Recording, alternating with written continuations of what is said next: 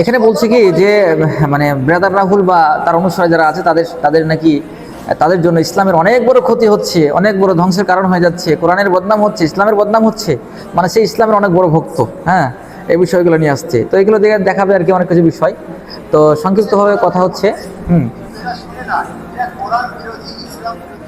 আচ্ছা, এরা বলছে কোরআন বিরোধী ইসলাম বিরোধী কার্যকলাপ করছে। আচ্ছা, আমি এখানে একটা বিষয় বলি যে ব্রাদার রাহুল, আমি আবারও বলছি, ব্রাদার রাহুল কোরআন বিরোধী ইসলাম বিরোধী কাজ করে নাই।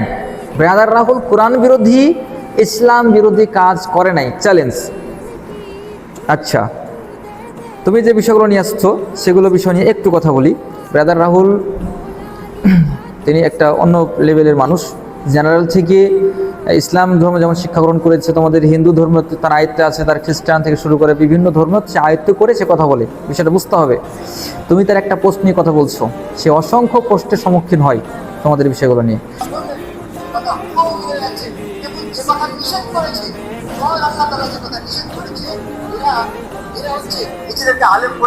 আচ্ছা, যাই হোক, ও একটি আয়াত নিয়ে আসছে কোরআন সূরা আনামের মানে আর কি 108 নম্বর আয়াতটা নিয়ে আসছে।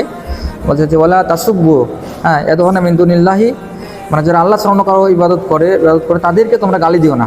এই পোস্টগুলো গালি দেয়নি। তুমি বলতে যাচ্ছ কোরআন বিরোধী কাজ ব্রাদার রাহুল করছে, অসম্ভব। দেখো, কোরআন বিরোধী কাজ এটা কোরআন বলছে যে তোমরা আল্লাহ ছাড়া অন্য কারো গালি দিও না, কেন তারা ভুল বসে তোমাদের রবকে গালি দিবে।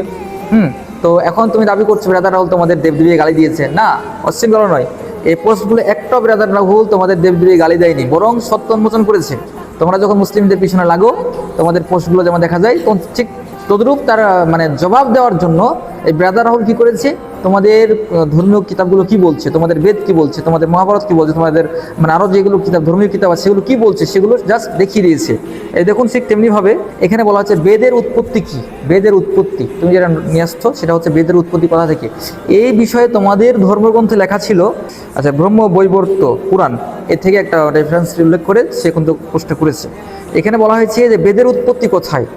এখানে যে ব্রহ্ম বৈবর্ত পুরাণ অনুযায়ী ব্রহ্মা এই জগৎ তৈরি করার পর যৌন কামনায় অধীর হয়ে নিজের স্ত্রী সাবিত্রীকে গর্ভবতী করেন।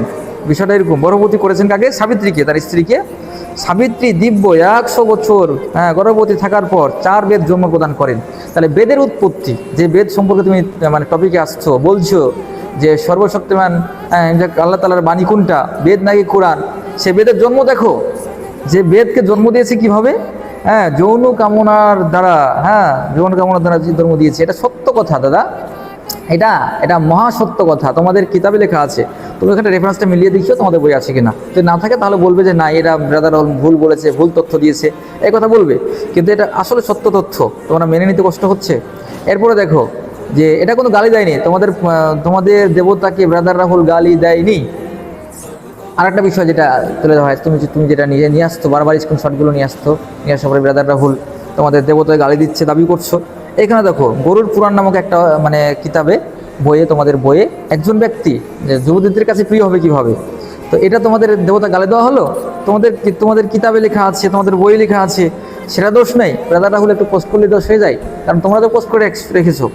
তো আরেকটা বিষয় বলি, এই যে পবিত্র দাসের আইডিগুলো একটু ঘেটে দেখবেন যে শুরু থেকেই বিভিন্ন পোস্ট কিন্তু মুসলিম বিদ্বেষী আছে, বিভিন্ন পোস্ট মুসলিমদের ব্যাপারে পোস্ট করেছে। আচ্ছা, এই বিষয়টা নিয়ে আসছি, ও কী পোস্ট করেছে আগের পোস্ট নিয়ে একটু যাবো, একটু ধৈর্য ধরে শুনবেন। এখানে যে বিষয়টা আছে, যে পোস্টটা করেছে, এটা পোস্ট কী হয়েছে, যে গরুর পুরাণের নামক একটা কিতাব মানে বইয়ে একটা শ্লোক নিয়ে উল্লেখ করে, মানে রেফারেন্স শ্লোকটা উল্লেখ করা হয়েছে, ব্রাদার উল্লেখ করেছে।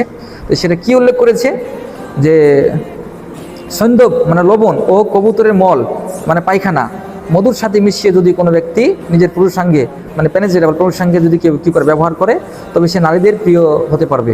এই পোস্টটা করা হয়েছে। এটা কোথায় আছে? এটা কোরআনে নাই, হাদিসে নাই, কোথাও নাই, এটা তোমাদের কিতাবে, ধর্মীয় কিতাবে আছে, তোমাদের ধর্মীয় কিতাবে আছে। তো যাই হোক, এভাবে করতে করতে মানে বেশ কিছু পোস্ট সে নিয়ে আসছে যে ব্রাদার রাহুল তাদের দেবদেবীকে গালিগালাজ করছে ইত্যাদি ইত্যাদি। আসলে এটা গালিগালাজ বলে না, এটা হচ্ছে তোমাদের ধর্মীয় কিতাবে লেখা আছে, সে শুধুমাত্র কি করেছে, বের করে দেখিয়ে দিয়েছে।